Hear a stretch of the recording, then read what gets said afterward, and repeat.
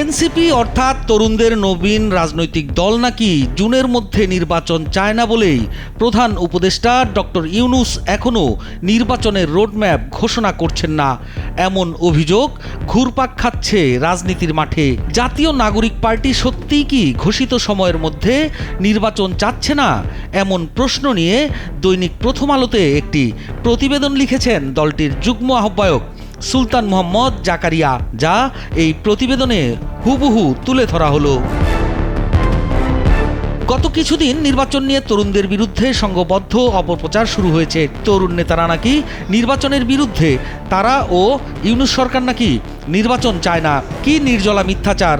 অথচ সত্যটা হচ্ছে, নির্বাচন নিয়ে সরকার প্রধান অধ্যাপক মোহাম্মদ ইউনূস নিজেই সুনির্দিষ্ট একটা সময়সীমা দিয়েছেন। তিনি বহুবার বলেছেন, নির্বাচন এ বছরের ডিসেম্বর থেকে আগামী বছরের জুনের মধ্যে অনুষ্ঠিত হবে। এই ঈদে জামা জুতো অ্যাকসেসরিজের ডিসকাউন্ট।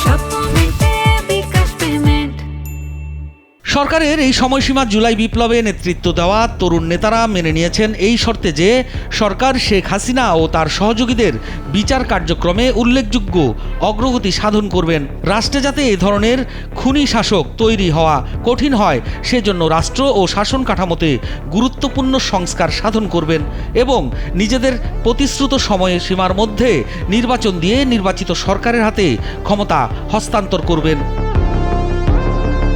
আমাদের সবাইকে মনে রাখতে হবে, ইউনূস সরকার একটা অস্বাভাবিক পরিস্থিতিতে রাষ্ট্র পরিচালনার দায়িত্ব নিয়েছেন। এটি সাধারণ কোনো নির্বাচনকালীন সরকার নয়। কেবল জুলাই বিপ্লবের নেতারাই নন, দেশের ক্রিয়াশীল প্রায় সব রাজনৈতিক দল মনে করে এই সরকারের উপর 3টি ম্যান্ডেট রয়েছে। এই ম্যান্ডেট সংবিধান অনুযায়ী বৈধ নয় বলে শেখ হাসিনার শাগরেদরা দাবি করেন।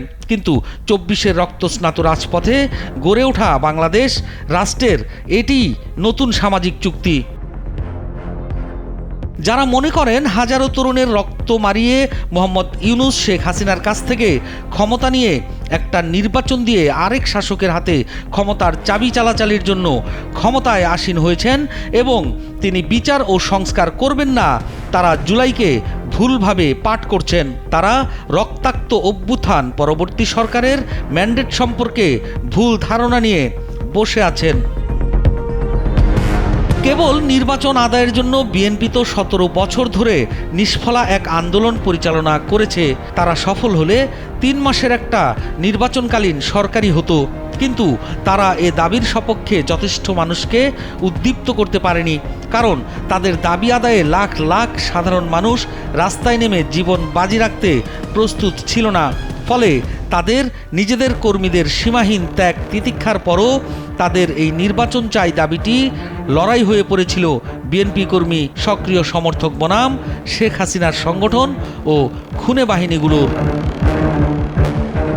প্রতিবেদনে এনসিপির যুগ্ম আহ্বায়ক সুলতান মাহমুদ জাকারিয়া বলেছেন, এই লড়াইয়ে বিএনপি জেতেনি, তাদের এটা মেনে নিতে হবে। বরং শেখ হাসিনা বিএনপিকে নিষ্ঠুরভাবে দমন করেছে। তাদের দলের নেতা খালেদা জিয়া, মির্জা ফখরুল ইসলামদের জেলে পুরেছে। খালেদা জিয়াকে বাস্তুচ্যুত করে বুলডোজার দিয়ে তার 4 দশকের স্মৃতিময় আবাস গুঁড়িয়ে দেয়া হয়েছে। বিএনপিকে পরাজিত সৈনিকের মতো শেখ হাসিনার সাজানো 3টি ভুয়া নির্বাচন মেনে নিতে হয়েছে।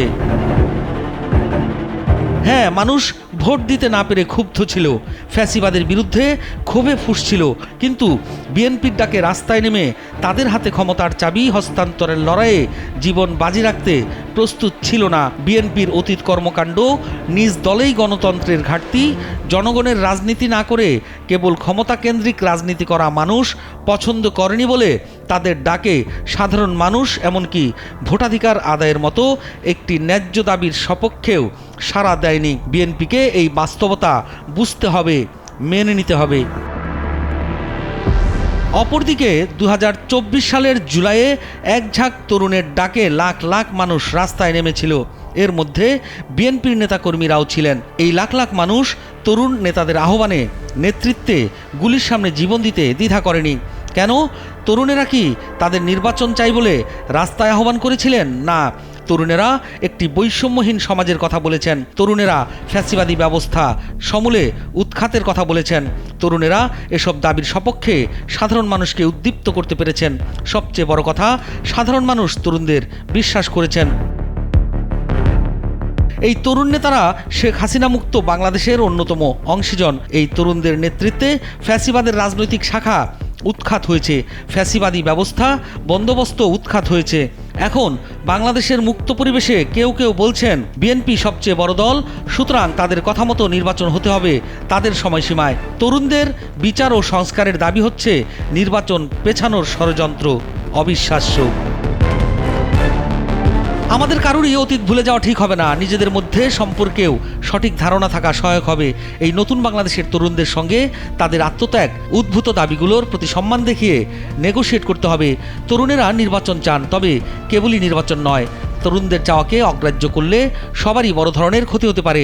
তরুণদের দাবিগুলোর প্রতি সহানুভূতিশীল হতে হবে। সেগুলো বাস্তবায়নে তরুণদের সহায়তা করলে ইউনূস সরকার ঘোষিত সময়সীমায় নির্বাচন আদায়ে তরুণেরা আপনাদেরও আগে ঝাঁপিয়ে পড়বে। এনসিপির এই নেতা তার প্রতিবেদনে বলেছেন, কিন্তু তরুণদের উপেক্ষা করবেন না। ক্ষমতায় না আসতেই তাদের ক্ষমতায় ভয় দেখাবেন না। যারা গুলির সামনে বুক পেতে দিতে দ্বিধা করেনি, যারা মৃত্যুকে জয় করে এসেছে, তাদের মৃত্যু ভয় দেখাবেন না। তরুণেরা ক্ষমতায় যাওয়ার জন্য আন্দোলন করেনি। তাদের দল কখনো ক্ষমতা না পেলেও তাদের বিশেষ ক্ষতি কিছু হবে না, কারণ ইতিহাসের সোনালী অধ্যায়ে জাতীয় বীর হিসেবে তারা ঠিকই জায়গা করে নিয়েছেন।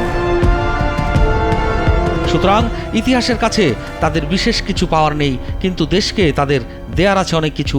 দেশেরও এই অসাধারণ তরুণদের কাছ থেকে সাহস, আত্মত্যাগের শিক্ষাসহ নেয়ার আছে অনেক কিছু। সেই দায় মেটানোর তাগিদেই তরুণেরা রাষ্ট্রের গুরুত্বপূর্ণ সংস্কারগুলো চান। কিন্তু তরুণদের ভয় দেখানোর যে ক্ষমতা আপনাদের নেই, সেই ক্ষমতার ভয় দেখাবেন না।